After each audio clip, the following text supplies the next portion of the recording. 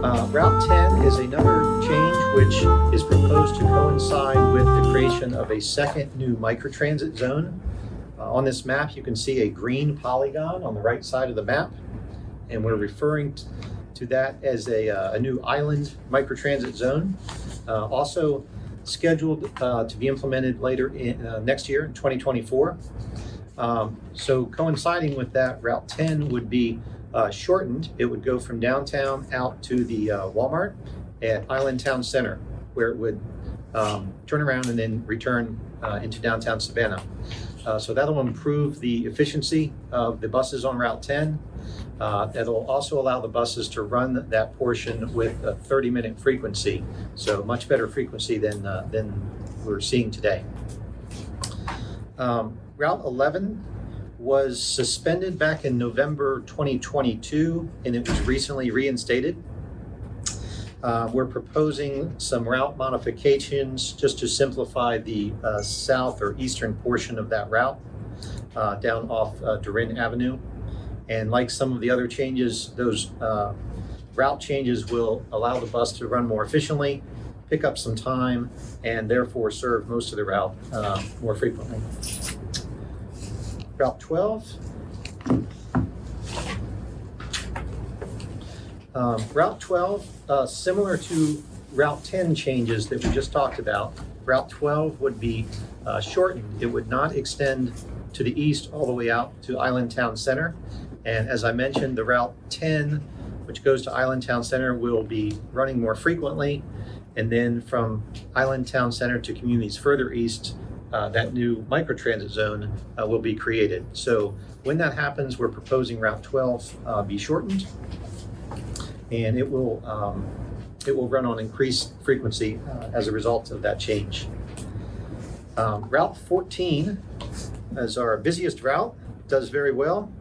We're proposing only a very minor modification at the southern end of that route. Just deals with which blocks it circles around in order to get itself turned around and headed back uptown. Route 17, the changes we're proposing there are fairly minor route revision, but also relate to other planned services. On the map, you see a light blue polygon. That is a third proposed new microtransit zone. And when that is implemented, we're proposing to eliminate only the portion of the Route 17 that serves Quaco Road. That's a difficult area for that bus to serve, as it has a tough time turning around and then coming back over to the east. So with the addition of the microtransit service, we're proposing to simplify that route so that it does not travel up Quaco Road. On Route 20 was actually terminated back in November 2022. We've been watching sort of the rider demand and the other routes in that area, and it's proposed at this time not to reinstate Route 20. At the time that it was terminated, it was seeing an average use of about 19 rides on a typical weekday. So based on that, we are not proposing to return Route 20. I do have to say, though, that we have in our analysis looked at a possible additional microtransit zone in the future in that area. And that's going to be, the timing is unknown, and that really depends on available funding. Part of that service, too, would potentially be outside the current geographic funding area. So there's some issues to work out, but it is possible that there could be other service there in the future. But we're not recommending reinstating Route 20 at this time. Route 25, we're proposing really three relatively minor changes. Two are very minor route modifications. You can see them on the map with the dashed lines. And the third change we're proposing is to add a third bus onto that route. That will allow that route to provide better frequency, improving the frequency from 45 minutes to a bus every 30 minutes. Route 27. Route 27 serves Waters Avenue, as does Route 28. And one of the things that we're proposing to help both of those routes run more efficiently is that Route 28 will serve Candler Hospital in lieu of Route 27, so that Route 27 would not go to the hospital. That adds a significant amount of time on Route 27, and that one change would allow that Route 27 bus to run on a 90-minute cycle.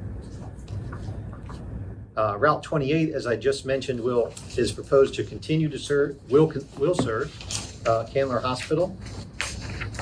There's a minor route revision proposed down near Montgomery Cross, and the southern end of that route will still run to the Montgomery Cross Walmart and back. Route 28 would still operate on a 120-minute cycle, so a bus every 2 hours. And then finally, Route 31, shown on the map with the bright red line. We're suggesting a route revision there toward the south end of that route. That route currently goes down to the Walmart on Montgomery Cross, and then it goes westward across Montgomery Cross, and we think that's somewhat duplicative of some other services, so we're suggesting simplifying Route 31 only to go to the Walmart and then turn around and head back north up to Rin, Skidaway, and back up into downtown Savannah. That simplifies or somewhat really avoids three somewhat duplicative routes. I think that task hasn't been done in a while. That to two. And part of that work that will improve the be efficiency to get on comments Route from 31. riders such as yourself. Part of that work will also be Hey, thank you. I comparing know that where was the a lot shelters in a short exist amount of today time, and I to hope where we you have busy bus heard stops. some changes that interest So you. that And I'm gonna ask information Mario currently is to kind of dated, open up so for very questions timely and that you should comments ask. at this We're time. just about to start All right, that. thank you, Tim. Thank you. Do we have any questions Sure. in person? Points I want to make, they both relate to service along Abercorn and Waters, as most counties in the neighborhood is. And one is, the service ends too early. I realize service at night has been cut back all over the system, but you can't, if you're along Route 28, you've missed the last bus. Route 28 is done going outbound from here. There's no more buses. Route 27 ends at 7:30. Route 28 or Route 14, according to the proposed schedule, actually ends a half an hour earlier than it does now. And I'm talking just outbound. Because a lot of people in these neighborhoods work at the retail stores and places up on Groton Street, and those close at 8 o'clock. So a bus that leaves downtown at 8 o'clock, they can't catch. They need one more bus out. There may not be as much need for lit buses coming in, but we need more going out. The other thing I wanted to suggest is a very minor thing, that I apologize, I have to leave because I'm taking the bus. Would it be possible to have Route 27 and Route 28 on the same schedule? Because about 70% of that route coincides. And like in my whole neighborhood, if you're going downtown, you just take whichever bus comes first. You know, I don't care which way it gets downtown because the routing is somewhat different. I think that would be beneficial, especially for people that don't have the smartphones and still carry the schedules around. And also, I just wanted to point out that the changes that are proposed to Route 11 and Route 12 have already happened. Route 11 is on the new routing. Route 12 has already been terminated at Skittlewood. Those aren't future plans. That's already been done. And I thank you all for doing this. I apologize for leaving early. Thank you for Thank you for coming. being here. Thanks for your comments. Yes, Scott Anderson. Okay. They know who I am. thank you. You know Scott. Yes, sir. You wanna add another bus to the 27, and you're not gonna add another bus to the 28, but you want the 28 to service down the hospital. The 28 already does a lot, and the people that we pick up that weeks for that particular route, if we go to Walmart, the senior building along Warner's, that's already too much for the bus. I mean, the way, and you say you're having the third bus, there used to be 3 buses on 27 when I first got here. One of them, 27, never went to Canada. They only went to Canada after the 11 was terminated. We went select trips. So if you want to take a bus to Canada Hospital, that third bus that you're adding, propose adding to the 27, that route should just go to Memorial and Canada only and turn back around, because you'll be providing increased frequency from the Red Avenue to downtown on the route versus providing because frequency from the Red to Overthought Mall, because the frequency nor the passenger level is not there. you need frequency service from Durant Avenue to downtown. You don't need to take the 28, and you can take the waters off the two main buses that go to Overthought Mall. You can take the Canada Hospital off that particular bus. But on that third bus, instead of you making it run to Overthought Mall also, you might want to look at having it run to Canada and Memorial only, like we do on the first trip in the morning time.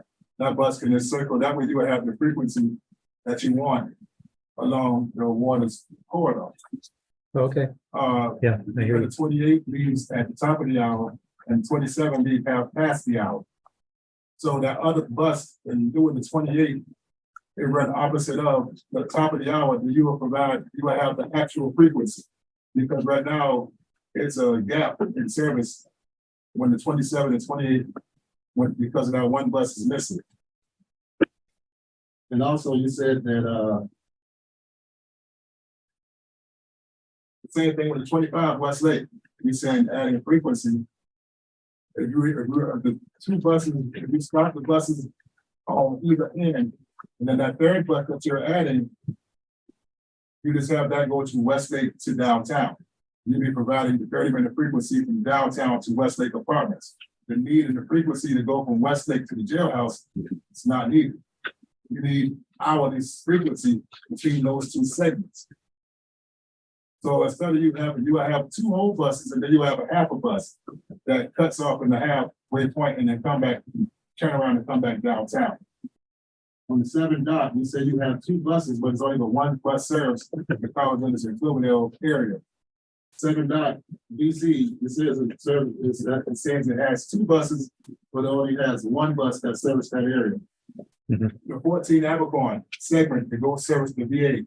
That's fine going outbound, but I don't understand the reason why it's coming back that way inbound. Because the light right there at Heroes Way it takes 5 to 7 minutes to change, and then that bus is actually late because it only gets to Walmart and doesn't even have a chance to even have no recovery time. I was told that the route was supposed to go outbound that way and come back inbound, making a left on Fulton Road and coming back to Apache to Abercorn. That makes more sense versus having it, because you got the bus looping every 30 minutes. There's nobody coming back that way. And then you also have the 6 that goes over to the Walmart. So if somebody was needing to go back to that particular direction, the 6 can take them versus the 14 coming back toward the VA side.